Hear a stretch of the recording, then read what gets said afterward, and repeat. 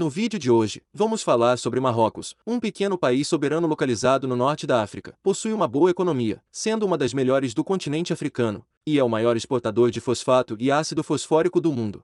E graças a isso, em um futuro próximo, Marrocos poderá decidir o futuro de grandes nações como China, Estados Unidos e até mesmo o Brasil. Mas como isso é possível? Na verdade, essa trajetória econômica futura provavelmente foi decidida por uma criaturinha minúscula alguns séculos atrás. Este é um morcego. No mundo moderno, vemos os morcegos como coisas que controlam a população de insetos, e também como criaturas que espalham doenças raras. Mas, algumas centenas de anos atrás, descobriu-se que os morcegos faziam outra coisa, algo milagroso, que moldaria nosso mundo para sempre, sem que a maioria das pessoas percebesse. Em 1802, o explorador europeu Alexander von Humboldt estava viajando por terras peruanas, quando descobriu algo estranho. As terras peruanas não pareciam adequadas para a agricultura em grande escala, mas os campos peruanos estavam cheios de colheitas exuberantes e de aparência saudável. E ele logo descobriu que o povo peruano vinha coletando uma substância chamada guano, que é a excreção de morcegos e algumas aves marinhas, e espalhando-a em suas plantações pelos milhares de anos anteriores. Assim, Alexander von Humboldt acabou trazendo esse conhecimento do guano de volta para a Europa, onde logo se tornaria de grande interesse para o mundo ocidental, aumentando significativamente a produção de alimentos. Logo após a descoberta do guano, a produção de alimentos disparou nos Estados Unidos e na Europa. E de repente, essas nações ocidentais passaram de uma pequena, mas significativa escassez de alimentos, para um grande excedente de alimentos, que era mais do que suficiente para alimentar todos os seus cidadãos, e mais alguns. Na verdade, o impacto do guano no aumento da produção de alimentos tornou-se tão importante que várias guerras foram travadas pelo guano, como a Guerra das Ilhas Chincha, de 1864, e a Guerra do Pacífico, em 1879. Os Estados Unidos ficaram tão apaixonados pelo guano que aprovaram a Lei das Ilhas de Guano, que permitia a qualquer cidadão americano reivindicar e anexar qualquer ilha que contivesse qualquer quantidade substancial de guano. E, de fato, reivindicaram cerca de 70 dessas ilhas, a maioria delas no Oceano Pacífico. O guano se tornou tão importante para o crescimento econômico, populacional e industrial do mundo ocidental, que se tornou um dos recursos mais vitais do mundo.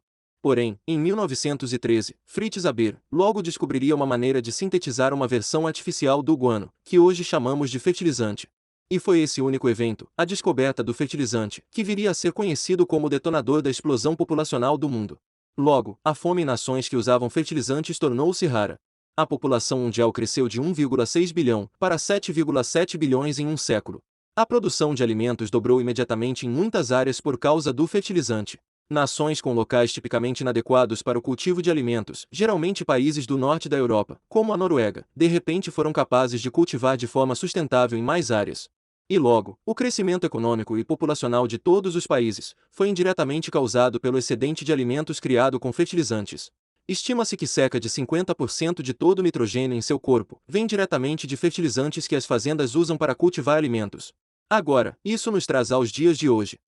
Veja, tudo isso parece ótimo. Até agora, os fertilizantes têm permitido que muitos países cresçam e, em alguns casos, se tornem superpotências do mundo, onde quase todos os seus cidadãos estão bem alimentados e têm pouca insegurança alimentar.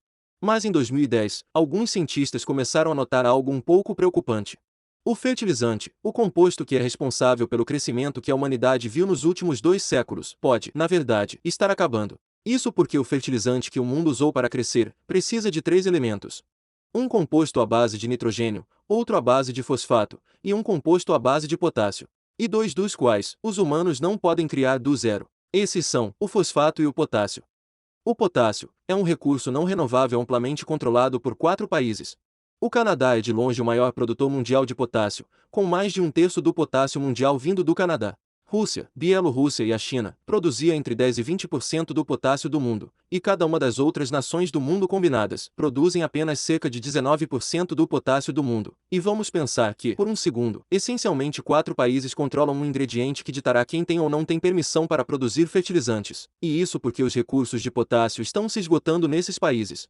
O potássio se tornará um recurso mais valioso à medida que a população mundial continua a crescer, e as necessidades de alimentos para o mundo também crescem agora que o mundo, provavelmente, não vai passar uma escassez de potássio nos próximos 100 anos ou mais. Na verdade, nossas reservas de potássio podem durar várias centenas de anos, antes de vermos qualquer escassez, mas o fosfato, um desses 3 ingredientes principais, é um caso completamente diferente.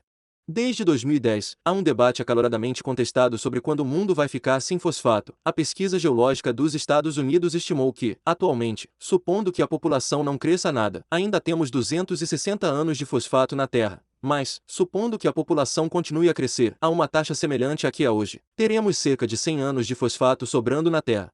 No entanto, essas são apenas estimativas, e o total de anos pode ser muito menor ou muito maior, mas realmente, nem precisamos saber quando o mundo vai ficar sem fosfato, porque já estamos vendo uma escassez, e também estamos vendo países tomarem políticas econômicas drásticas para proteger seu próprio fosfato. Por exemplo, os preços do fosfato aumentaram cerca de 80% desde o início de 2020.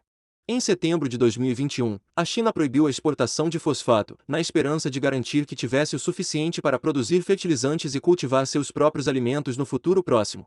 Mas há um aspecto-chave que deixei de fora até agora: a China tem a segunda maior reserva de fosfato do mundo, possuindo cerca de 5% do fosfato global, e tem em mente que está em segundo lugar nessa lista e já está preocupada com seu suprimento de fosfato. A Síria tem a terceira maior quantidade de fosfato, cerca de 3%, a Argélia é a próxima, com um pouco menos de 3%, e o resto do mundo tem apenas 2% ou menos cada país. Mas no topo dessa lista está o país de Marrocos, que possui espantosos 70% de todo o fosfato do mundo. E vamos pensar sobre isso por um segundo: uma nação possui 70% de um recurso que pode ditar quais outras nações serão capazes de alimentar suas populações. Nas próximas décadas, o abastecimento de alimentos do mundo pode se tornar dependente de quem Marrocos decida negociar, ou talvez, simplesmente, Marrocos acabe vendendo fosfato para quem pagar mais caro.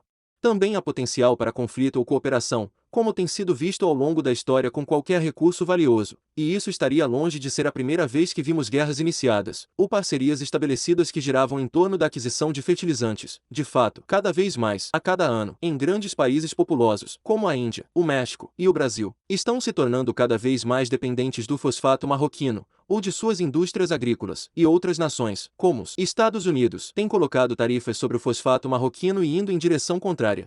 Agora, vale a pena mencionar que o pico de fósforo, como alguns estão chamando essa situação, pode não ocorrer assim como pensamos. Conforme mencionado anteriormente, as estimativas variam de ver uma escassez significativa relativamente cedo, para ver a escassez que ocorrerá em várias centenas de anos a partir de agora. Mas essa mentalidade de pico de fósforo é, na verdade, muito semelhante ao que as pessoas estavam dizendo sobre o petróleo na década de 1950, porque naquela época, muitos cientistas presumiram que a produção de petróleo nas reservas atingiria o pico em torno do ano 1970.